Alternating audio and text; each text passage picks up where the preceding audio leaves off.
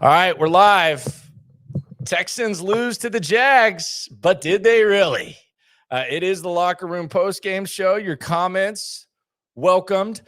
Just left the stadium. Got to say, I know that this is going to, be remembered as a pretty ugly loss, 31-3, but to me, it could not have been better. The ultimate nightmare outside of losing the number one pick was things getting even worse than that, and the Texans somehow falling out of even the top three. I mean, you guys watched college football yesterday. You know what's going on. You know what people were talking about at the stadium day. And by the way, congratulations to the Grill and Meat Tailgaters for a much-deserved Tailgater of the Year award. I was out there judging that. Shout out to them, man. That food was epic. The mac and cheese was legendary. And those guys know how to party. So congratulations to the Grill and Meat Tailgaters. But most of the dialogue was about, you sure that Bryce Young's the guy? You sure it's not C.J. Stroud? Did you see C.J. Stroud yesterday? Man, he might be the guy. I might be a C.J. Stroud guy. I heard that from probably 15 different listeners and people out there. My point is this. I want the debate to matter. I don't want any scenario in which the Texans don't get to decide between the top guys, no matter how you feel. If you're a Bryce guy, hell, if you're a Levis guy, if you're a CJ Stroud guy now, because you're basing that off of one game, not really the biggest CJ Stroud guy, but I like the young man, just not as far as a quarterback. I think Bryce is better. But regardless of how you feel, you want that debate to matter. You don't want any variables. You don't want any possibility that you don't get to decide who you want, even if it's not them, even if it's Jalen Carter, even if it's Will Anderson. You want that debate to matter if you're the Houston Texans. So getting the number one pick should be the ultimate goal, which is why the game, which we'll get into because it is the post-game show, which is why the game where there was no stress, the result was optimal. That's why that game was such a good thing for Texans fans, in my opinion, when it comes to the long term. Because not only does the number one pick assure you that you rid yourself of all the variables and other stuff that could happen, whether it be a trade or someone falling in love with your guy, even if you aren't the quarterback guy, but it makes it does two things that I think matter in this situation. I think it matters significantly when it comes to the state of the franchise. Number one, it makes your head coaching job more appealing.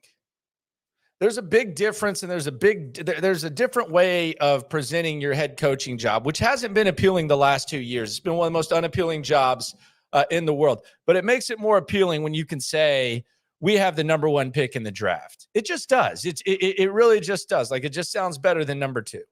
You have the number one pick in the draft. So if a coach is in love with the quarterback, if a coach is in love with something else, you have that.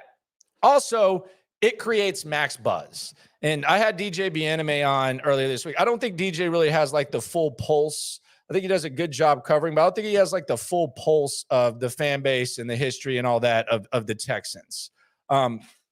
He sees what we see, and it was one of the most dismal atmospheres. And by the way, shout out to all the listeners, the loopholes who gave me their tickets so I could get them in other people's hands. We gave away, I think, 15, 20 pairs of tickets during this ticket exchange. So shout out to all y'all that rose up and provided people with an opportunity to go to a game that usually wouldn't get to or haven't gotten to for whatever reason. I think sporting events are some of the most awesome lifetime events that you can experience.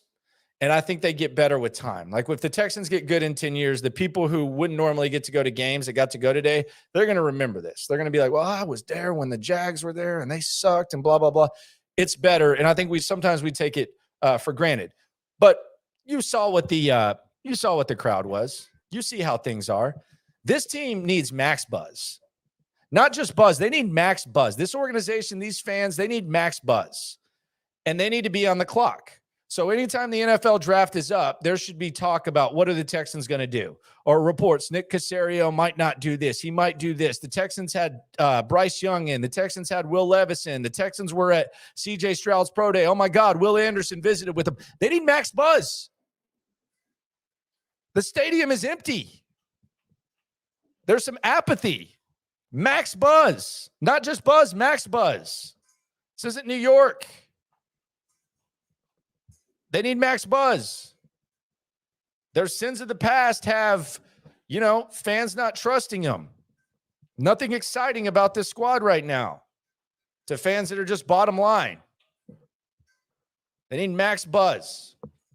That's what the number one pick gives you. It gives you the most appeal for your head coach, and it gives you Max Buzz, period. I'm there every day. Have to cover this squad every day. Love it. Wouldn't want to be anywhere else in the world. They need Max Buzz. And these wins mean nothing. If they would have lost to the Titans last week, what would we be saying right now? Number one pick, baby. Let's go. Number one pick. Instead, they won that meaningless game, and now we got to sweat out a Colts game, which is going to be a pillow fight because they need to lose too. And they know that. Couple decisions Jeff Saturday made today has me wondering if he's not tanking or not. Because that's the difference between Jeff Saturday and Lovie Smith. Jeff Saturday, whether he's their head coach or not, Jeff Saturday bleeds blue and white. He wants what's best for the Colts. He has their long-term interest in mind. Jeff Saturday has that. Lovie Smith doesn't give a rat's you-know-what about what happens with the Texans. And that's another reason you need to bring in a coach that's going to be a long-term guy. We saw what Bill O'Brien did to this organization when he was able to do whatever the hell he wanted. And obviously that's different. Lovie Smith doesn't have the reign or the freedom to do that. But you need someone who has like the long-term interest in mind. You need someone who has a little bit higher of a ceiling. We'll get into Lovie Smith in a second. But the number one pick, the dream is still alive. So I know it sucks right now that they're losing, but that was the prime result right there for the Houston Texans. The loss. Didn't have to stress about it. Didn't have to worry about it. Didn't have to be concerned about it. And you got the loss. As far as the game itself, and Cody Stoots and Mike Meltzer will come in here. I'll get your comments, I promise. I appreciate everyone for coming in, supporting the channel. Getting a little thumbnail tutorial tomorrow. So the art is going to be better on the titles. Also got a new camera. Shout out to my pops for the present. He actually asked Figgy and my producer and got that up. So and I also got this cool neon sign. Like I'm just getting all kinds of gifts. Look at that. The locker room right there. So I'm gonna try to get that up too. So the goal, though, was obviously to do as much content as possible, daily content, digital content for the Texans, because not a lot of people are doing it. But as far as the game itself, I'm just all over the place today. As far as the game itself, I mean, what do you really take away from that? If we want to go Lovie Smith and we want to focus on the positives, Jalen Petrie is putting together a pretty good rookie season. The tackling was an issue today, and it's been kind of an issue all season. But I think there's a lot of things that go into that when it comes to evaluating a safety and his tackling. Now, a lot of the tackles that Jalen Petrie is missing, he'll be the first to tell you he should not be missing, and I don't want to. For the most part, it's inexcusable. To be missing some of the tackles he's missing. But I will also say he is a rookie. He is kind of getting used to the speed of the game. He has gone through his struggles, but then, reacted positively and been able to make some plays after. And look, playing safety but behind a front seven like the Texans, when these running backs are getting to take off full speed and you have Lovie Smith using you however the hell he wants to use him, I think it's a little bit more difficult. So I'm not worried about Jalen Petrie. I think he's actually putting together a good rookie season. The craziest thing about this rookie class is that, and this is troubling because Rick Smith was able to, first of all, Rick Smith was able to build really a core of players that competed at a very high level just based on drafting well in the first round. That was what Rick Smith did. Nick Caserio right now, the first time that he's been able to draft in the first round, those two guys, and I'm not closing the book on these guys at all, but what I will say is those guys are the two guys in your rookie class, in your first full rookie class, that have the most question marks. And that's Derek Stingley and Kenyon Green. So that's got to change. I mean, you have to hit these first round picks. If you trade Deshaun Watson and you get 3 first round picks, and we sit here and we say, well, you got 6 first round picks in the next 3 years. If this trend continues where the first round picks are the ones that you're most concerned about, that's a problem. I know Mike Meltzer has said this a couple of times. His concern about Kenyon Green is that that's the most thought that they put into a pick. In other words, they traded back, and then they got who you thought was their guy, and he's had one of the worst rookie years of all time. So that's Meltzer's concern. There's a lot of fans, and I'm sure they're in the comments too. I promise we'll get to those. They're stacking up like crazy right now. It's like mail when you go out of town for a couple of weeks. But the concern about Kenyon Green is it's rough. It's really rough. Kenyon Green. And also, most people are concerned about Derek Stingley. Because not necessarily because you don't think Derek Stingley is good, but you drafted him over someone who plays the same position, and that guy's basically the talk of the league right now when it comes to rookie cornerbacks. Talking about him potentially being an all-pro. So some people are concerned about that. My bigger one, and I think this is like 2 years back, is, and I think it's kind of the same thing as Meltzy, except there's actually like tangible, like, what are we doing here, is Nico Collins. And Meltzer was pissed about this one. Man, no one gets mad about a trade up or trade back than Mike Meltzer. Nico Collins, they traded, the Meltzer started talking charts and stuff. I'll just bring Meltz in for this because I could see him giggling right there. Meltzer. Hello. So Nico Collins, they traded up for him. They went and got him. They obviously liked him. They thought he was going to be a good receiver, yada, yada, yada. Same questions about Nico heading into training camp this year as last. They went up and got him. The problem for me, and I think this is almost worse than the Stingley Sauce Gardner thing. The problem for that is Amon-Ra St. Brown went after Nico Collins, and Amon-Ra St. Brown right now looks like one of the 12, 15 best receivers in the NFL. Yes. And the question marks about Amon-Ra St. Brown, if I remember correctly, were his dad. I think a lot of teams, honestly, I don't know if he'll admit this, but if you saw his dad on Hard Knocks, he's kind of he's what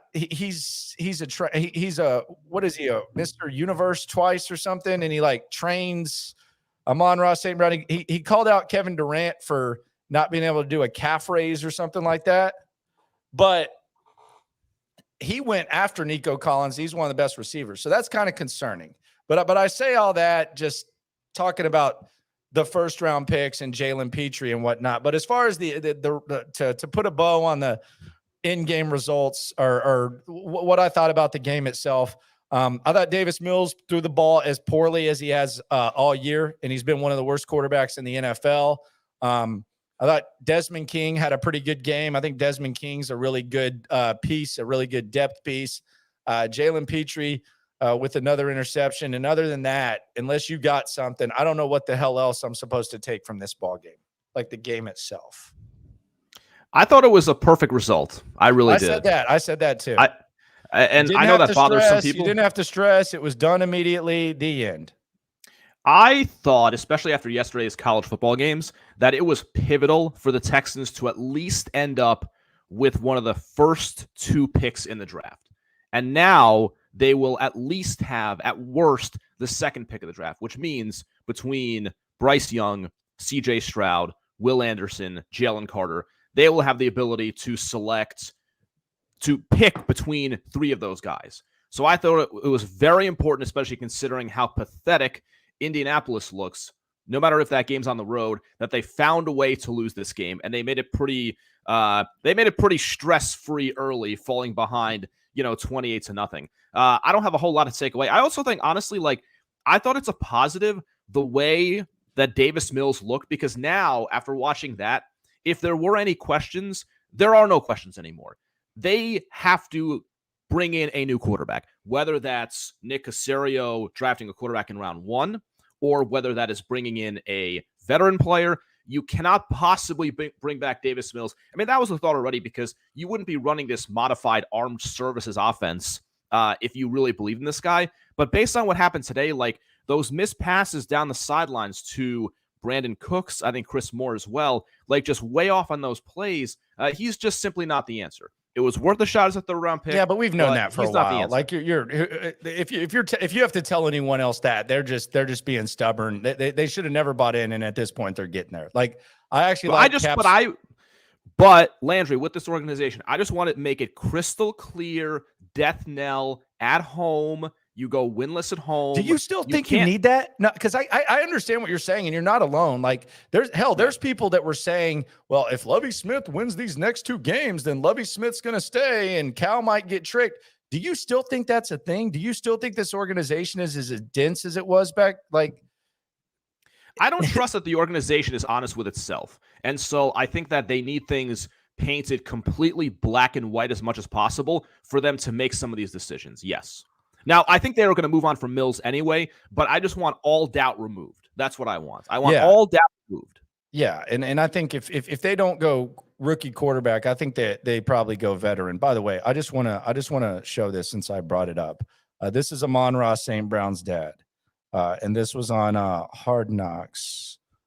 I don't think I've actually seen this individual. I have to admit. Well, he was Mr. Olympia. He apparently at USC, he was a little bit of a head case, not a head case, but he did not like him working out with them. He wanted them to work out with him. But okay. You see him right there. So he was Mr. Olympia. And then just in the middle, they didn't even bring up Kevin Durant. They're just asking him about training his son. He has his son lifting weights. Yes. Look at what this guy says. And this does seem like something that maybe the Texans would be like, yeah, we don't want to deal with this. I have a question for guys like Kevin Durant. When's the last time you did a calf raise? That sounds like the kind of take that people had about Kevin Durant when he was first picked in 2007. Oh, couldn't bench. It's like, hey, can't bench. The hell's this guy going to do when he's playing with grown men? What do you make of? We'll get into all the long-term stuff. What do you make of Jacksonville as a long-term, heading in the right direction, here to stay type of team in the division? Because we've gotten used to the last few years. It's been Tennessee and really Indianapolis at times. I think it's safe to say that I don't want to say I'll call the Colts a dumpster fire at the moment. But I'm not going to call Tennessee that. I'm just going to say Tennessee's kind of at a crossroads. So I'll just say Tennessee's kind of at a crossroads where they're almost in Indianapolis's position, where you're going to have to draft well. You're going to have to have good off seasons, and most importantly, you're going to have to pick the right quarterback. And most likely, it's going to be a veteran. So I'll say at the very least, that's where they're at. So obviously, that leaves Jacksonville, and Jacksonville, they've been in a bad spot for a couple of years. They're the favorite right now to win the division. We'll see what happens, unless Josh Dobbs has something to say about that. But by the way, you love just because he was a rocket scientist or whatever. That's not a me take. That's like a national media take. That's not a Mike Meltzer style take.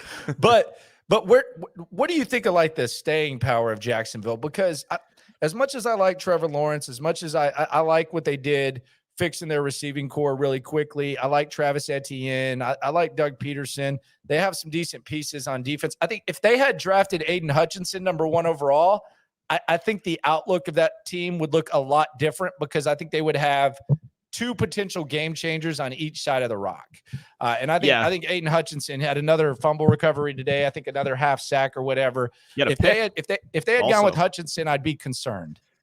Yeah, that's what I think they should have done. And I understand what they were doing, betting on the traits with Travon Walker, but that was so far not the right call by Jacksonville. And It ain't no so far. That's not going to be the right call at all. I'm taking off my socks as we do this. Well, I'm just saying that, like, if you draft a guy like Walker, you would say, okay, it's more about long-term potential. But yeah, I'd rather have Aiden Hutchinson because I always thought he was the safer option. So what do I think of Jacksonville? Like, as far as staying power. Well, I think they have a lot of staying power in that they're going to have a good to very good quarterback, moving forward here. Now, I don't think that Trevor Lawrence is Andrew Luck. I don't get the same feeling. Even like in this game, like even when you watch him, like some of the misses that he has, though, but some of the misses, you're just like, man, great quarterbacks don't miss those throws. Yeah, he's just a little off. I mean, I don't think he's Joe Burrow at this point. The touch can be a little bit off in that he will misfire. He'll be a little bit too aggressive. Sometimes I feel like he's throwing rockets when he doesn't need to. But he's good. Like, you look at his level of play in the last month or so, and he's playing at a high level. I think the receiving core is okay. The big thing to them, the selling point is Doug Peterson is an adult head coach. They have a good quarterback, and they really have something with ETN. And they seem to have some young guys on defense who fly around. But if you're asking me, like, they will be, let me think here. So they're going to be favored to win the AFC South next year, barring something pretty surprising. Is it going to be like a huge favorite? I don't think so. I don't think about this team what I think about, like, hey, it's 1999 and Peyton Manning is in your division. But they are certainly on the upswing, and man, they got really lucky. And remember, we had that weird Twitter Spaces that turned into a Jacksonville one last February with Jimmy Smith coming in. Smith showed up and stuff. They got so lucky that they ended up hiring Doug Peterson over Byron Leftwich. They got very lucky. They ended up with Doug Peterson over Byron Leftwich, who has been largely awful as the OC of the Bucs this season. Yeah, that was a total bailout, to say the very least. Nick, like, do I think this team's a powerhouse? No. Do I think they're going to be a challenge? Absolutely, yes. With Trevor. Yeah, sure. Yeah. It's just, I think they're going to be competing closer to, wild card and near the top at the very least. I don't think they have like the potential to, be a 4 or 5 win team, especially as this core, gets older and gets better. But yeah, I don't feel like there's like some sort of massive hurdle. Like, if you get the right quarterback in this next draft, I don't think you'll be like as far off as, as you would think, even given where the Texans are right now. Yeah, and you think about where Jacksonville was last year when they were the worst team in football, and now they've already won 8. They're probably going to finish above 500. Yeah, I think if the Texans can find the solution at quarterback, I do not feel about this team how teams in the AFC West think about Kansas City with Reed and Mahomes. Not even close. Yeah, I don't either. But they've done a nice job. I actually put a bet on Jacksonville. Well. I bet Jacksonville over 6.5 when I was in Vegas on Labor Day weekend. It took a while, but that one finally paid off. The other thing is, I'm just kind of trying to throw things into my own agenda because I don't have very many agendas. I think a lot of times when people say agenda, I think it's stupid. But I'm a running back guy. If they hadn't drafted Travis Etienne with that extra first-round pick, I don't know where they'd be right now. I know we talk about Trevor Lawrence. If they hadn't drafted Etienne after Robinson had the 1,000 yards, I don't know where they'd be right now. Yeah, and the thing about him is I had some questions about that pick, but he can be used in both the running and receiving game, and you see the explosiveness. Like Bijan Robinson. Yeah, and I think Etienne's probably more explosive. I think they're different style guys. He's more. I know you want the Texans to add at the running back position. I want Gibbs, or I want Robinson in one of the first 3 picks. Here's my other thing, though. Have you seen the amount of free agent running backs that are going to be available? Or Tony Pollard. If there's ever been a team that can overpay a running back, I think it's Tony Pollard. The Texans with Tony Pollard. And use Pierce's. Because first of all, he doesn't have wear and tear. Yes. He's one of the best running backs in the league when he starts. That's a fact. Like, it's not hyperbole like he is. Does that mean he's one of the best running backs in the league over the course of a whole season? I don't know, but when he starts, he's one of the best running backs in the league. So overpay him and make Pierce kind of, 1B or whatever. Here's the thing. they would be kind of like Tiki Barber and Brandon Jacobs for a bit of a older brother kind of reference there because they're such different style players. Jonathan Stewart, D'Angelo Williams. Yes. And I think that when I look at Tony Pollard, he's a guy who's kind of like a Lamborghini in that you can't put too much wear and tear on him, but if you use him in the right way, he's super explosive. And with Pierce, I think that's a nice combination. The good thing about a guy like Pollard is that for a team that's very bad, you can sign him and he all of a sudden, through his explosiveness, can make your offense a lot better. Just on his own without having to like import 6 good players. No doubt. Nick says in the comments, and we'll get to those. Nick says, scary game next week. Texans should maybe start Driscoll the whole game. This is my fear about next week. Yep. Because I think you and I both believe, and we'll bring in Cody Stoots here. Stoots, how you doing? Excellent, gentlemen. How are you? You and I both believe the number 1 pick is better than the number 2 pick. Like, it's not. Some people say, well, it's not that. Yeah, it's a big freaking difference because you eliminate any variable from potentially happening to where the Bryce Young, CJ Stroud, quarterback or not quarterback, it's 100% relevant. Nothing can throw off your plans no matter what you think. And it's also a better sales pitch to a potential coach. It creates more buzz, which is something that this organization needs badly. We all agree that the number 1 pick is the ultimate result, correct? Absolutely. So you have to lose to Indianapolis most likely to get that. My concern is Jeff Saturday actually gives a damn about the long-term stability of the Indianapolis Colts. Today, when it was 4th and 1 inside the 5, they kicked a field goal. And I just find it hard to believe that if that were a big game, Jeff Saturday would have done that. So Lovie Smith does not give a rat's ass about what happens with the Texans, anything like that. And I just feel like Indianapolis is going to have a head coach that is going to be more willing to play to lose, which really means that you win given the way that we think. And I'm concerned about that. I also don't know exactly which quarterback they're going to start. Not that it matters a ton because both guys seem to be pretty bad in Sam Ehlinger or Nick Foles. But Foles got hurt in the game today. The Texans are going to have to just kind of olay Zach Moss and whoever else is running the football for the Colts to have a big day on the ground. Like, I mean, it's going to be pretty obvious if the Colts are falling down at the 1-yard line. It's going to be pretty obvious what's going on there. So, I mean, I don't think the players will do it. I just think that Jeff Saturday will. Now, the good news as well on this is Lovie Smith doesn't really have to try to lose games. He's kind of been doing it for a long, long time. What the hell was he doing at the end of the first half when he called a timeout on 3rd down with Jacksonville near midfield with 42 seconds left and used his final timeout? What was it? Do you think they were going to block a punt or something? Because if Jacksonville picks up that first down, then you basically just left them with time. I didn't understand what he was doing there. Yeah, I don't. Here's the thing: trying to figure out what Lovie's doing, it's a fruitless endeavor. 1, 2, we don't have to worry about it because he's not going to be the coach next year. So it's not like we're trying to figure out. Oh, breaking news! There you go. Oh, you think he's going to be the coach next year? I hope he's not, but I wouldn't rule it out with this crew. You never know. I mean, if you want to take a wager on it today, we can take a wager on it. He's not going to be the coach next year. Were you at his press conference today? I was. And he said, speaking of wagers, he said if he was a betting man, he would bet that the Texans show up to play next week against the Indianapolis Colts. Okay. What does that mean? I would feel much better about this if Matt Ryan was quarterbacking Indianapolis. I wouldn't be surprised if he does.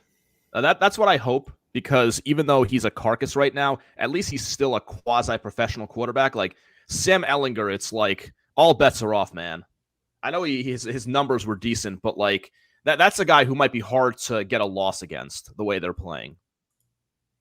Yeah, they're really bad. I mean, they were kind of in lay down mode today.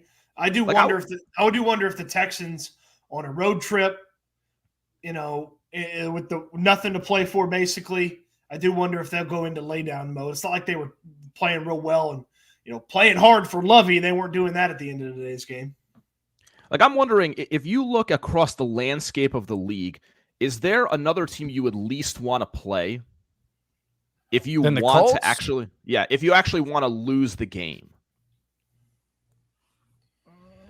The Colts are the closest team to just absolutely pack it up, pack it in. Like, I'd be worried about the Raiders with Jared Stidham, but it looks like he's put up some numbers. He's playing pretty well, sir. They're beating the 49ers. Raiders that lead the 49ers at halftime? Those Raiders? Yeah. I'm saying he started out 5 for 5 too. That Tad Brown's son-in-law. That's right. Jared Stidham, who's 11 and 14 for 2 touchdowns. I'd be a little bit. Darren Waller exists. I'd be worried about Arizona and Chicago as well. But I was just thinking, like, Indianapolis is on my short list of the teams I would least want to face if I desperately wanted to lose in Week 18 for obvious reasons. Arizona, yes. Why would you be worried about Chicago? They're better than when they beat the Texans the first time. Well, that's the thing, because of Fields could just beat him on his own. So I'd rather face I'd rather face Chicago than Indy. This is a ravaged. This is the worst. And Landry, I know that you're a big fan of this guy, Zach Kiefer, who writes for The Athletic, covers the Colts in Indianapolis. He said this is the worst Colts team he's ever covered. And was he there in 2011? No. So it's the worst team it's the worst Colts team he's ever covered by far. And that's the tough part is, like, that's a bad team. Landry's point about Saturday kind of being on board with things. That's a thing where it's like he's not going to be like trying to maximize their opportunities and stuff like that. So you may have to silently, but not outwardly, make decisions within this game if you're Lovie Smith to get that L. Man, you can't, not with him. But here's the bottom line. Like, we all, I think all of us in this room agree that the Texans are much better off losing next week. What do you do, though? Like, here's what you do. You let Davis Mills play. He's a disaster. Laramie Tunsil, you can rest. Brandon Cooks, we're not going to make you active. Titus Howard, you're going to rest. I mean, that's really what you do. You just rest guys. Is that ordered by Nick Caserio, basically? Teams do it all the time. You just say you want to evaluate other guys. Like you can say, well, we want to see Charlie Heck play left tackle, or we want to see, I don't know. I don't know how hard they want to try. The NFL does have integrity. That's the one thing. It's not like the NBA. There is some integrity there, but as far as like how you do it or how you control it, I think you just say, these guys are resting or something. I still think Davis Mills, even with the way he threw it today, gives you a better shot to win that game than Driscoll does. Because Driscoll, he's not going to be able to throw the ball down the field at all. What is the deal? Down the field, but he throws it 10 feet over the guy's head, so I'm fine with him starting. What is the deal with? What advanced stat did his mom tweet today? Has his mom been tweeting What about Cap things? putting Davis Mills' mom out there on that, on blast, putting his putting her tweet out there? He didn't mean to do it. I'm just kidding. But we didn't really focus on the game itself. But Stoots, did you go to Pep Hamilton's press conference? Because he's always on when I'm on the air. Do you go to those? No, they're a fruitless endeavor. Okay, well, I just want someone to ask him what the hell the point of lining Davis Mills up wide is. And lining up Jeff Driscoll wide. What are we doing here? This is a conversation that would be a worthwhile conversation if we knew Pep Hamilton was going to coach the team next year, but he's not. So the conversation's a waste of my time. It's atrocious. It is. They're playing 10 on 11 football when they do that. Davis Mills split out wide is useless. But a lot of times teams will do it when they have the athletic dude and the wildcat, or they'll do it when they're going to run some sort of reverse. When the running back's on the field, but not 2 quarterbacks. The Rex Burkhead thing is crazy too. They cannot quit Rex Burkhead. It's actually getting pretty sad. It's just torture. I honestly think in any other world, if Rex Burkhead didn't play for the New England Patriots and he weren't a tryhard, he would have been released at this point. Even if we gave him the benefit of the doubt and said, okay, they came into the season thinking that Rex Burkhead was going to be the guy, in any other situation, I feel like Rex Burkhead would have been released at this point, which is a small thing because hopefully this, the caliber of player that Rex Burkhead currently is not going to be here. moving forward, and hopefully they start taking the running back position serious instead of neglecting it. But it's actually getting pretty damn ridiculous. They put him in on 4th down and run a wheel route with him in the end zone. They put him in on another 3rd down. Like, it's 19 touches to start the season. It's getting pretty embarrassingly pitiful. If you're Nick Caserio and you bring back Rex Burkhead, you're telling on yourself. Yes. If you were interviewing Nick Caserio, what's the one question that you would ask him about Rex Burkhead? Why is he here? Seriously, yeah. Like it would be why. It's the only question, really. I would ask it in a more nuanced way. I would ask, "Oh, thanks." What makes him sound like Caserio now? What makes him more valuable than someone who's an unproven commodity in the NFL? Who's younger? Yeah, I mean, what makes him more valuable to the future of the Texans than an unproven commodity in the NFL? I was sitting there today and I'm watching this, and they're down like 28-0, 28-3, and you look at some of the formations and the way they're lined up, and it's like Jeff Driscoll's a quarterback and Rex Burkhead's at running back, and you're like, what the hell did we do to deserve this? I realize that today specifically is very much a good thing for the long-term future of the franchise, but if you just kind of like zoom out and look at the big picture, you're like, how is this possible? Like, how is this the place that we are right now? How? I really don't know. And there's just been so many like the effort to keep Jeff Driscoll around is like nothing I've seen before. Like, you would have thought that they drafted him in the 1st round or something like that. Like, you would have thought that he was like, remember when Jacksonville drafted Matt Jones in the 1st round? Yes. Out of Arkansas. And it was like, oh, he's going to be a receiver. Like, if you wanted to move him to tight end and then keep him around and stuff like that after you draft him in the 1st round, it would make sense. Like, you literally got this guy off the streets, and for whatever reason, they've just bent over backwards to keep Jeff Driscoll around. After Caserio last year, like he kind of remember the tight end coach talked positively. He called about him Driscoll. Lamar Jackson. He said that Jeff Driscoll had Lamar Jackson athleticism. Like the tight end coach talked positively about him, and then Caserio like downplayed it like a couple of weeks later when he was asked about it. Because he was so embarrassed. Yeah, and then Jeff Driscoll gets to stick around. Also, how bad is Kevin Hogan at football that he didn't get that he couldn't beat out? What Jeff about Driscoll? who was the other guy? What about Ryan Finley? Yes, I was watching his brother the other day at NC State. Like they did like this pick swap thing for him, and then he didn't even make it to camp. What was that? I don't think it was it Anthony a pick Miller swap, special. Or did they throw a 5th round pick out there for him? I think it was like a 6th rounder or something. It was like a 6th, or it was like 2 swaps. He was on the he was back on in the team. Easterby, the old Easterby swappers that he liked to do. A 7th round pick and Finley for a 6th round pick. Yeah, it was a swap. He made it from March 19th.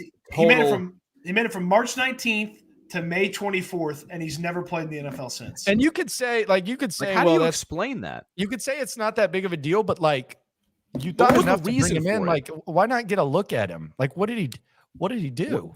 With all the weird Caserio decisions, which I admit are not like grand in scale, but like, you know, Shaq Lawson, Anthony Miller, Ryan Finley. The only defense that people have of these things is, oh, they're not that big of a deal. Marcus Cannon, nobody actually defends them by saying, hey, Holman? Yes, that guy. Nobody has ever defended by saying, hey, yeah, nobody's defended those things by saying, hey, here's what Nick Caserio was thinking when he made those moves. The only defense of those moves are, oh, they're not actually that big of a deal. That's it. Nobody else has any other defense or explanation for those. None. Have you looked at Reeves-Maybin's contract, Mike? I have not actually. Okay. You want to get your mind blown right now? Have you seen this, Stoots? Yeah, he makes like $4 million. Hold on. Tell me what caliber player you think you should be getting with this, Mike. Yes. Look at this. Like, and look, we can say it's small, but like, is he going to do weird stuff like this? Look at this. Yeah, 2-year, nearly $8 million. $8 million. He has Reeves-Maybin this year is making $3.2 million. And he has a base salary of 2.25. Next year, he's scheduled to make 4.25 with $2 million in dead cap. What is that? And the guy's a backup for a team that has not had good linebacker play. Not had good linebacker play. Has some of the worst linebacker play in the NFL. What is going on? What are they just with all of this, I just, no matter what happens for next season, I just want this to be a normal franchise. And like I want none this, of these. I want just to normalcy. I want to think, and I want to think that like just the mindset and some of the stuff is just different with Caserio, like, and like it's going to change when they're good. But like when you look ahead, are you guys at all concerned about the first round? The fact that the 2 first-round picks are the biggest, like, regardless of whether I'm not trying to close the book on them, but they're the most concerning things, and you have 4 first-round picks in the next couple of years. Well, I don't think. Go ahead, Mike. Go ahead, Cody. All you. I was just gonna say I don't think there's a huge correlation between like 1 first-round pick to another. It's just mainly a concern that like you had these 2 first-round picks and you go into next season with a lot of the same questions about those guys. Is Kenyon Green actually any good? Can Derek Stingley stay healthy? I'm not worried about Stingley, the player, as far as his overall quality. And it does seem like they were cautious in not bringing him back onto the field. But it's like I don't think that's going to affect the bust rate of the next 2 first-round picks they make. But it's a concern that these are 2 important assets given where the state of the roster is. And there's a whole lot of uncertainty moving forward about how good and how reliable they are. That's where I'm at. Well, they took 2 risky players instead of playing it safe. They took 2 risky players. Playing it safe would have been taking Sauce Gardner. He was healthier and had a track record that when you put the totality of it together was as impressive as what Stingley was able to put together. I like Stingley though. You guys like Stingley, right? I like Stingley, the player. He was a good player this season when he played. But the number one knock on the guy was he going to play? He spent more time hurt than healthy. And he got in, he came in here and he got hurt. And so, and it's not like, it wasn't the arm, like it wasn't like a tackle thing. Like it wasn't like I say this all the time. There's injury prone players and then there's players that get hurt. Like players that get hurt are like a guy that he breaks his arm or, he has like a concussion here or there. Like injury prone guys are like soft tissue guys, stuff that is constantly popping up. This is a hamstring injury. It took this guy out for the rest of the season. Like this is, and that's a small thing after a huge thing the previous year, which was the Liz Frank injury. And so it's like, okay, is this guy going to have leg problems for the rest of his career? Like he said, this is like, if you get hurt playing football, you're always going to get hurt playing football. Like sure. That's the thing that is worrisome about Stingley. And the other thing, and then with Kenyon Green, they drafted a guard. I mean, so it's like, cool, you drafted a guard. That ultimately doesn't drastically improve your football team. But he should be. But in that situation, when you draft that position, you should feel pretty safe. Yes, you should. And the guy that went to Boston College has played better than Kenyon Green this year for the Chargers. He's like the only guy that's been healthy on the Chargers offensive line. He's played much better than Kenyon Green. Jordan Davis played much better. I mean, obviously that's not an offensive Kyle guard, Hamilton. but Jordan Davis played better. Tyler Linderbaum was the no-doubter guy. Like Tyler Linderbaum was the plug-and-play guy. You needed a center. Justin Britt was a joke last year. He was back to be the starting center this year, which, by the way, no one has ever explained his absence. I guess he just gets a few free $1 million to do nothing this season. But Justin Britt was the center for this team, and it's like I read an article the other day, Tyler Linderbaum was a Pro Bowl snub in some people's eyes. And it's like Kenyon Green can barely block the guy in front of him. He's been used as a tackling dummy, and you got Tyler Linderbaum out here as a potential Pro Bowl snub. And it's by the way, what are you doing? There are some others. There are some others like receivers. Jahan Dotson has shown some flashes. Burks, when he's been healthy, has shown some flashes. Like those would be helpful considering what's going on at the receiver position. Yeah, solid player. He's a nice pass rusher for the Chiefs. Yep. And Christian Harris has been nice. That's a nice 3rd-round pick. Obviously, Dameon Pierce, Caserio deserves a lot of credit for him. You would be hard-pressed to find, and I get what Breece Hall was. I understand what Breece Hall brought to the table. But Breece Hall and insert 4th-round safety is not going to end up being better than Dameon Pierce and Jalen Petrie. Like Caserio deserves a lot of credit for the pivot to Petrie after everybody and their mom thought he was taking Breece Hall if he was on the board and the Jets jump up and grab him. Like Caserio deserves a little credit there. And like Caserio having Pierce and Petrie, give me Breece Hall and any fourth-round safety you want. That's not going to be better than what Pierce and Petrie put together this year. Well, I mean, you're saying that because Breece got hurt. Yeah, okay. Well, if both guys had played it out, like obviously Breece is probably the offensive rookie of the year, but Pierce would have had a conversation. And I think Cody's also saying that it's harder to find a good safety in round 4 versus a good running back in round 4. Yeah, that's fair. My point is he's going to have to. We can't have multiple years where we're talking about. You have to hit on first round picks. Period. Yes, and we can't say that, especially this team. Yeah, and we might say it as soon as next year that he has, and I think it's possible. I think both these guys are going to be good. I'm not even ready to close the book on Stingley versus Sauce, but in this situation, really in any situation, you're going to have to hit on first round picks. You have to, no doubt. Yes. The tough part is like Caserio's coming in. This is his first draft. He has 2 first-round picks. A lot of the first-round picks that Rick Smith had were immediate successes. Dwayne Brown was really good right away. Brian Cushing was a defensive rookie of the year. Not right away. There was a little. Dwayne took a little while. Little bit of delay. He started and was better. He was way better than Kenyon Green was. That's a low bar, but yes. Okay, so it's again like comparatively comparing these guys to what Caserio's done. Like Dwayne, I think Xavier Suafilo might have been better than Kenyon Green. Dwayne, you're wrong. That's patently wrong. Is it? Yes, it is. Yeah, that's wrong. Yeah, Suafilo wasn't good.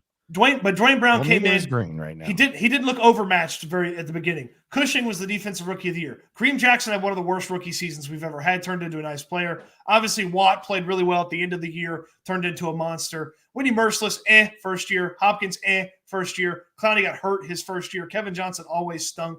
Will Fuller stunk his first year. I actually thought Kevin Johnson was good as a rookie. No, he was good. He had that game against T.Y. Was that his rookie year? Stunk. No, Kevin Johnson was good as a rookie. He's the only guy who's ever shut out T.Y. in a Texan or shut out T.Y. He had a good game against T.Y. We're going with one good game here for Kevin Johnson, his Texans career. I know this is a long forgotten thing, but if you remember it, because I remember I was there, the night that in his second year when he got hurt against Indianapolis on a Sunday night when he had like a broken foot, there were a lot of people who were kind of devastated that he was going to be out the rest of that season because he early in his second year was playing at a pretty high level. And I don't think his career was ever the same since that night. But that's neither here nor there. I think the point is fair that a lot of the Rick Smith first-round rookies panned out early. Who got drafted after Kevin Johnson that was a badass at corner is still playing? Marcus Peters. Yeah, I don't know if Marcus Peters is Texans worthy. Yeah, I don't know if they would have been able to. Okay, this is a great conversation piece for the future. Is Nick Caserio going to have this Texans worthy stuff? Like, it's a good question. No, that's the thing that I do wonder with Nick Caserio moving forward is, part of me thought, I felt like the Patriots are pretty flexible with I feel like the Patriots would have taken Marcus Peters in that situation. I don't know if Nick Caserio is that or not, or if he's able to or whatever. I was hoping that maybe we'd be rolling the dice on folks. Would Belichick have taken Stingley or would Belichick have taken Sauce? I could see that going either way. But what would Stingley have looked like playing for Belichick instead of playing for if Stingley Lovie is Smith? If Stingley is indeed like if you read some of the draft nicks on him, if Stingley is indeed Stephon Gilmore, then maybe Belichick would have taken Stingley because he had Stephon Gilmore. So, but again, it was a risky decision to take a guy who hadn't been healthy, even though the year he was healthy had one of the greatest the greatest freshman seasons we'd ever seen from a cornerback. So it's like it was risky to take a guy who hadn't stayed healthy versus a guy who had a ton. And I get that he's playing against lesser competition and a lesser schedule, but the Sauce Gardner had not ever been really hurt. So it's like that's my concern. Like, are you gonna the first one's easy? You're picking between two quarterbacks. Bing, bang, boom. There's not a lot of conversation to be had, but it's that other one. It's that other first-round pick. It's some of those other selections, and it's how you're spending money in free agency because they're going to have a lot of money to spend in free agency for the first time in a long time. Yep. First time in a long time. Any other takeaways from the game itself? Mills, bad as I've seen him throw the football. Awful. I would contemplate having an entirely new quarterback room. That is Mills a good point. Could be a backup. I don't want him here. I don't. My thought the whole time has been you don't even want him at camp. Mills. No, I don't even want him at camp. I would have a whole new quarterback room. I would consider that. Yeah, I mean, if you bring it, if you draft a rookie and you go veteran backup, yeah, like a Teddy Bridgewater or something like that. I don't even want Mills to be the third string guy.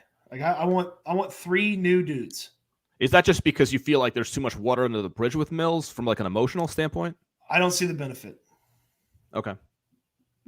Go get a rookie. Go get a really old guy, and go get a guy that's basically never started that is just happy to be there. Nice little a little bit of difference. That would surprise me if they did that. Go get one of those quarterbacks that's like that people talk about as like, oh, he might be a head coach one day. Go get one of those guys to be the third string guy. That would surprise me though. Because I don't mind Mills as has a backup. left. I don't mind Mills as a backup. That would surprise me because he has 2 years left on his contract, and teams rarely cut third rounders like that. You don't owe him any money though.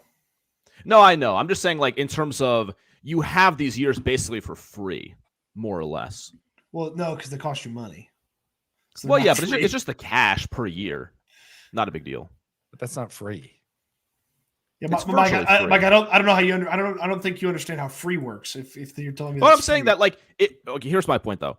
If you go out and sign a veteran, if you sign a veteran backup, those guys cost like actual real money. Like you're not going to get them for like $3 million. You got to pay some money to get those guys. By the way, your guy Jared Stidham, by the way, just threw another touchdown pass. Devontae Adams. What's going on? 14 of 18, 212, 3 touchdowns. Yeah, that's a bizarre one against the Stidham McDaniels reunion. You a match know what? made in heaven. And you know what? See, that's a perfect. You know why Stidham's there? Because he knew the coach from a previous stop. So the new coach, he gets Bryce Young, and then or CJ Stroud, whichever one the Texans want to take. I prefer Bryce. And then he brings in a quarterback from his previous stop that knows him. Bing, bang, boom. Pretty easy. New quarterback room. All right, so new quarterback room. Davis Mills sucked. Any other big takeaway from the game itself? Desmond King had one of the most despicable attempts at a tackle I've ever seen in my life. I have one more. Yeah, but he's been good. But he's been good. Let's be honest. Desmond King's been good. He's played hard for most of the year. Okoronkwo has been a nice pickup. There's one thing, and I think me and Stoots are the only people who care about this. I think from Bill O'Brien to David Culley to Lovie Smith, I can't figure out when they trust Kaimi Fairbairn to kick 50-plus yard field goals. Jesus. They'll punt. Sometimes they'll punt. Like I think BOB's done it. I think Lovie's done it. I know Culley did it multiple times. They'll punt and turn away indoors a 53-yard field goal, and then other times they'll attempt the 52-yarder.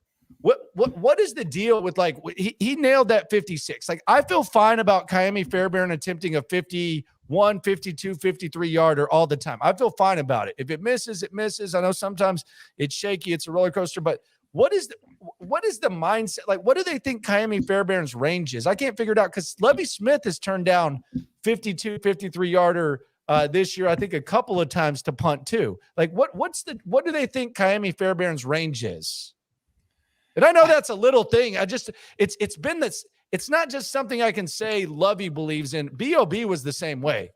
There was one time where OB turned down a 52-yarder indoors, and then they went and played the Jets or something like that, and he kicked outdoors like a 50-plus yard attempt. What's the deal with that? It's maddening that he doesn't have like a consistent, like we're for sure. It's part of them being bad coaches and not understanding what they're doing. Like it's part of them. There's no real rhyme or reason to it. I think there was also like a time too where like Fairbairn was like not healthy and like you didn't trust him for like a certain but that's only like a handful of games. Like he's been healthy all year, so it's like I don't know why. Like he made a 61-yarder last year. Like I would give him 60 in every time. Like you're a bad football team that can't put points on the board. He can put 3 points on the board. He's had a nice season overall. Yeah, I don't understand it. He's a Pro Bowl alternate. Yeah, it doesn't 27 make sense to 29. Yeah, it just doesn't make sense. Like it doesn't make any sense at all. So he's now is he now 6 for 6, 50 plus, including today? He was 5 for 5 going in. Yes, it sounds right. Yeah. It almost feels like he has gotten more distance as he has aged a little bit. Kind of what it feels like to me. Yeah, it's just weird though, because they kicked the 56, and then there are a couple things Lovie did today that I thought, like the end of the first half, the timeout with 43 seconds left when Jacksonville was taking it in. I don't know what he was doing there. It was his final timeout. This hardo at the end of the game trying to score, like when you're down 31-3, like just take it to the house, buddy. Like what are we doing here? Like, what is going on with that? Yeah, you're gonna get someone hurt. Also in the game, and this isn't even Lovie Smith. Why did Davis Mills just stop on the sidelines there? Did he think that they were up like 10 points or 6 points or something? And he had to stay in bounds and get the clock going with under 2 minutes left. He literally just blasted? stopped. Oh, yes. he got drilled? All he had to do slipped. was go out of bounds or slide or something. He just stops and bends over and just like stiffens up. He slipped. If you go back and watch it. Oh, so he slipped? His foot slid out from under him. And From trying to do what? From I trying don't to know. do what? I don't know. I think he was going to try to juke the guy. Come on. I mean, how many times do you say come on to Davis Mills plays, Landry? It's 15 times a game. It was an odd-looking play. Can I go back to one thing you said when I was listening before I got in here? Yeah. I think the Titans are a lot closer to dumpster fire than you're giving them credit for. No, I and I'm not agree. saying they I are. I'm not agree. saying they are. I'm just saying I'm going to give them the benefit of the doubt and say they're at a crossroads, because the And- crossroads can go either way. That's what I'll say. They're very close. They're very close because they have nobody. They have nobody that can make plays on the outside. They have no quarterback. They're about to have to pay some guys, and it's going to get Their it's gonna get offensive more expensive. Their Their offensive defense lines isn't that good either. their offensive line's falling apart. Like Taylor Lewan was talking on his podcast the other day. He's like, yeah, they're going to cut me. Like I make too much money now. They're not going to renegotiate my contract. They're going to cut me. I think it's Roger Saffold who's there. He's not been very good, or not Roger. One of their guards has not been very good. Some of those defenders are about to get paid and/or are overpaid. Yeah, they're at and they fired a general manager who'd been a good general manager. They're fired a general manager in the middle of the season. Like they're close to dumpster fire territory. Yeah, I think they're in a tough spot organizationally, like, because they're not drafting high enough to pick a quarterback. And what do? You bring back Tannehill and Henry, whose contract expire after 2023, and it's like Tannehill. They're not. No. Okay, so what are they doing? So what are they doing? In that veteran market. They're 100% gonna be in that veteran market for like Maybe the I'm a Jimmies, veteran. the Jimmies, the Cars. Like Is that an appealing situation if I'm one of those guys? No, but it's If a I was- starting opportunity. If I was the Titans, and I don't know if the Raiders want to do this, if I was the Titans, I would call about trading for Carr and Devontae Adams. I'd give up 2 firsts for Carr and Devontae Adams, and I'd give up some other picks. You don't have to. Nobody's seems trading like a for lot. Carr. Nobody's trading Seems for like a lot. Carr. I totally disagree with that. I could see totally someone trading for disagree. Carr. So people are taking, what is it, 3 years, 120? Non-guaranteed. Now I don't know what Carr wants, but that contract's pretty pretty doable as far as quarterbacks go. Okay. No, I'm serious. No, okay. Yeah. I mean, No, he's definitely All right. getting traded. I don't know if no, it's he's definite, not. He's but I getting could see it released. happening. He's getting released. No, I mean, we can make a wager on this. All right, $20. All right, done. $20. Yeah, there could be a market for him. Yeah, They're gonna do right for him because They- he's been so loyal to them. They're gonna do right for him. Why would either of these guys do right by him? They just totally treated him like shit on the way out the door. Because They they didn't bitched want him him for to get Jarrett hurt. Stidham. Yeah, and look, and it's worked out right now because he was playing like crap. Yeah, so why do they have to do right by Carr? They could create a bidding war to get the best compensation for him they can. Not gonna be a bidding war. He's gonna pick where he wants Landry, to play. there's only 3 veteran quarterbacks that are worth a shit in free agency He's or gonna- that are available. He's gonna pick. He's the gonna quarterback pick. carousel is going to spin. He's gonna pick where he plays, and he's gonna play there. He's not. They're not gonna just trade him. Well, okay, but you're having a different conversation than I'm having. No. Why do the Titans have to move off of Tannehill? Like, if 'Cause he there's no other sucks. better option, does he? Mike. Like, how many good quarterbacks are there in the league? There are 32 jobs. I don't know, but Tannehill's not one of them. I'm not saying he's good, but he's Mike, they passable. have to, the coach is going to have to make the playoffs next year to keep his job. Well, okay. If that's the case, If they're operating it that way, then they're even in more trouble. If the mandate is, hey, Mike Vrabel has to make the playoffs in 2023 to keep his job, they may as well blow up the franchise. That's my take on that. Like they just fired a general manager who's never had a losing record until this year. But what Amy Adams-Strunk needs to realize, she needs to look down the road at Indianapolis and see what happens when you start becoming an owner and doing things emotionally, and see what ends up happening there. If the whole that concept, if I tell Mike Vrabel you have to make the playoffs in 2023, otherwise I'm firing you. If I was Vrabel, I'd quit. Is what I do. Like why do the playoffs even matter in 2023? You're not going anywhere. And they've overachieved. They've overachieved every year with Mike Vrabel. All of a sudden, they have to make the playoffs. You're not going anywhere with Ryan. You fired a coach after he won a playoff game to bring me in, and now all of a sudden you got to make the playoffs to keep my job. That's the point. Is they want the point is they want progress. Tannehill was the quarterback and the guy when they fired the general manager. Like they want progress. So why would they keep Ryan Tannehill? But they need to realize that progress with where they are with the roster and the organization is not something that's very realistic for next season. Like they're just in a weird, awkward position. You're thinking logically about an illogical situation. Yeah, maybe, yeah. Well, I will tell you, if Amy Adams-Strunk is thinking the way that you're thinking, then I think that I would say the Texans are in the second best position in this division. The Texans are in the second best position in this division. Okay. And in 3 years, they could be flying past the Jaguars. They could be. The Jaguars botched that first overall pick.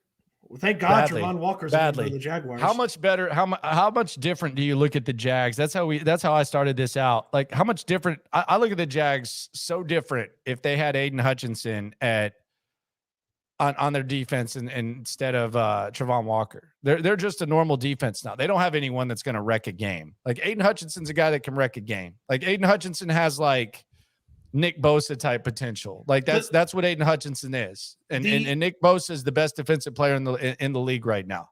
The Jaguars, he's a game wrecker. The Jaguars literally selected the least impressive player in the top 14. Number one. The least impressive player in the top 14 selections at number one. Could you make the argument that a guy like with the prospect profile like Trevon Walker might take a year or two to become really good? That's not what the Jaguars should have done. That is, I would have drafted Aiden Hutchinson also. I'm just asking the question. Well, how many times did we ask that question about Clowney and it never happened? This guy's not Clowney. This guy's not as good as Clowney. Okay, all the more reason to draft Hutchinson then. I would have drafted Hutchinson. I'm just asking. Like, I need to think of another comp. But if the guy's not as good as the guy's not as good as Clowney, and Clowney never developed, then why would I think that this guy's ever going to develop into first overall pick worthy? He's not. Kayvon Thibodeau's a monster. He is a monster for the Giants right now. There's like 3 offensive linemen that are really good. There's a bunch of wide receivers. Like obviously, even if they taken Thibodeau or Hutchinson, like it would the outlook of this team would just be so much different. If they'd taken Akeem Ekwonu, the outlook would be different. They at least have a franchise left tackle. That's an interesting question. How the Jaguars evaluated Walker versus Thibodeau, because I think we can all guess why they picked Walker over Hutchinson as far as like why you would do it, what the philosophy is, but why would you take Walker over Thibodeau as far as like what they are as prospects coming into the NFL? Because the shot caller thought he was going to get the next Aldon Smith in Trevon Walker. Yeah, but why would a guy like Trent Baalke be against a guy like Thibodeau as a prospect? He was considered the consensus number 1 pick heading into 2021, into that college football season. Because he fell in love with the freaky athletics. I get it, but Thibodeau is a pretty freaky athlete in his own right. That to me is the surprising part. But Walker finished the draft process with like one of the highest scores ever in he did a Spark score or whatever. Yes, that is true. So it's like he what score? Spark. Spark. You know what Spark score is? SPARQ. Yeah, SPARQ. SPARQ. Yeah, that's Baalke's go-to thing. Well, it's one of the reasons that he drafted Aldon's. It's one of the reasons that he loved Aldon Smith back in the day, and it's one of the reasons that I think they ended up with Trevon Walker. Because he's a freaky athlete. Disgraceful. It's terrible. He's the worst player in the top 14. Notice I'm stopping at 15 because Kenyon Green was 15. I noticed the 14. Don't you worry. I noticed the end point there. I noticed that. It's like someone tweeted this to me in the middle of the game today. If I could go back in time, I would Brandon Staley and the Chargers really screwed this organization. They could have taken Hutchinson. They could have taken Hutchinson. I didn't. Yeah, I mean that. And that would have been. I mean, it would have been perfect. They'd have packaged him as the next JJ and Mr. America. Yeah, that win over the Chargers. You talk about meaningless. That one hurt. Yep. And you could have another one next week against the Colts. Yes. We need to go through. We need to rank the most meaningless wins in Texans history. Now, and see what happened off of those wins. In fairness, though, if they had Hutchinson, I think they probably win another game or two. Yeah, I think that's very fair as well. You wouldn't have number one pick. Can I ask you guys this? So Stingley and Young, or Hutchinson and TBD. Ooh. I have a question. I'd probably take Stingley Young. I have an answer for you, Michael. What's your question? It would have been Hutchinson and Elam. Yeah. I don't know how many college quarterbacks in recent memory got more love after losing a game than CJ Stroud got last night. Because everything that people everybody imagined, thought he was a victim of the kicker. Well, he was a victim of the kicker and bad play calling late in the game. But that was like the idealized version of Stroud. Pinpoint passing, accuracy, and hey, when he wants to run, he actually has more mobility than you think. Which is weird that he never would do it in the season. Like that was one of the biggest complaints by Ohio State people. But like he played a terrific game last night, and obviously he has top-notch receivers. But that's the Georgia defense. Like that's theoretically the best defense in the country. I'm just curious, like from what you how that game has changed your evaluation of Stroud, if at all. Not at all. I've watched him his entire career. I think a lot of people watched him for the first time yesterday. I'm not saying that like being a jerk, but I think there's a lot of people who attended it. Like they sat down yesterday, and I don't knock it. And they said, you know what, I'm going to watch Bryce Young, and then I'm going to watch CJ Stroud, and I'm going to make my decision. That didn't change my mind at all. By the way, Bryce Young was more impressive. Like as far as like stuff that translates to the NFL, I thought Bryce Young was more impressive. CJ played good. CJ looked great, but I would still take Bryce Young, but that didn't change my mind one bit. Not any more than Justin Fields beating Trevor Lawrence changed my mind about Fields or Lawrence. Like that, I think just judging what, and Aiden Hutchinson sucked in his final bowl game too. He was a non-factor, and that meant nothing. So it did nothing for me, like changed nothing. You know what I want to do? I want to go rewatch the game post Marvin Harrison Jr. injury. Yes. And then I want to go rewatch Bryce Young versus Georgia at the end of last season, the national championship. And I want to kind of see, because Young worked part of that game with Jamison Williams and then didn't have anything after that. And then obviously Marvin Harrison Jr. goes down in the middle of this game. Like I'd love to kind of juxtapose those two things. And similar Georgia teams, better, I would say a better Georgia defense last year. They had like 5 first-rounders or whatever. Yeah, they were better. Better Georgia defense. I like to juxtapose those two things. Like, being without remembering play for play, being a box score bozo, 369, a touchdown and 2 interceptions when they were trying to win the national championship with no wide receivers against Georgia. I'd like to see what Stroud. I got to go back and just pay attention to from the moment Marvin Harrison Jr. is not in the game anymore, because that guy is a freak. Marvin Harrison Jr. is can you remember he's the best receiver in the country? Can you remember a wide receiver that is going to have the level of hype that he's going to have? Because we didn't talk about Calvin Johnson in the middle of the college football season. I know Calvin eventually, through the draft process, ended up where he ended up. But can you remember? What do you mean you didn't talk about Calvin Johnson? He was a Heisman candidate, Cody. No, you didn't talk about him like Marvin Harrison.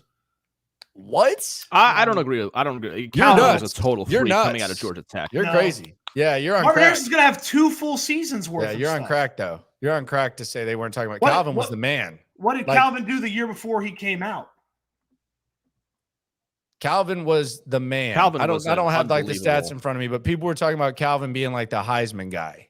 Yeah, Yeah, you're wrong. he was. He went for yeah. 888 and 6 touchdowns the year before he came out against the year before he finished at Georgia Tech. What did he do the year before that?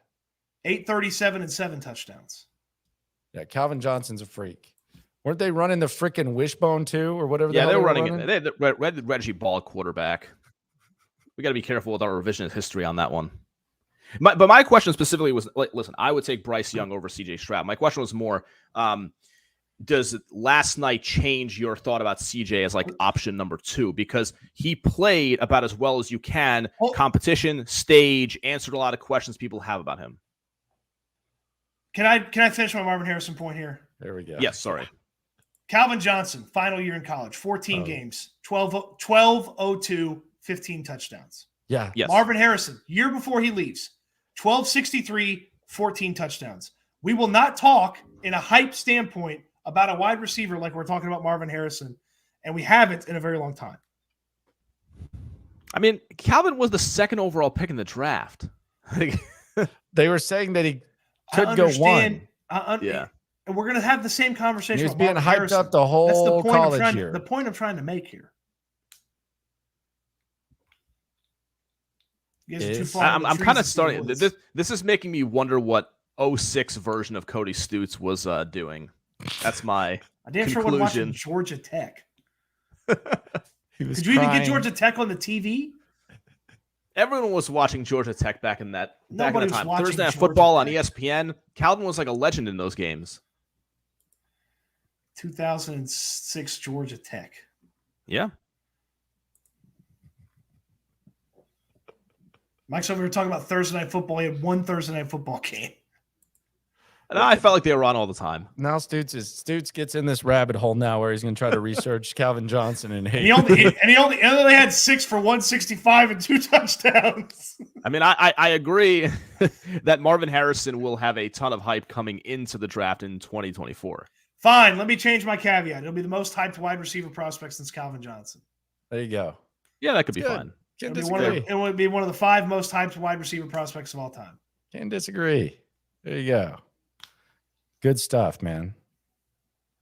Good stuff. I want to watch Stroud without him, is what I'm saying. Is like I think things were easier, obviously, but like I don't think Stroud was as impressive as we thought he was post Harrison injury.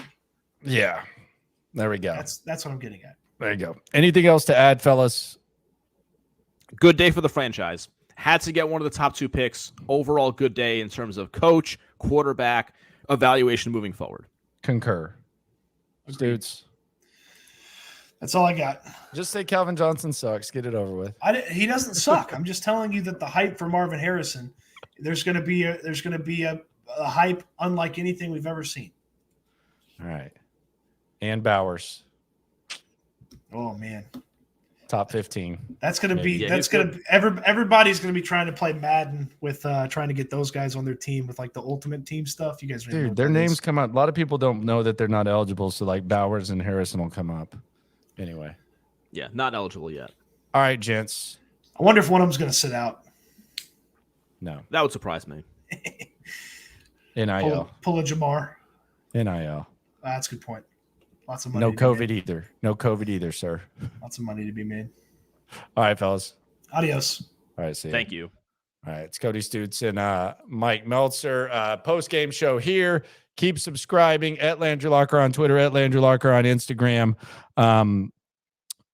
Reaction Monday tomorrow. Going to be fun. Good times. Good day for the franchise.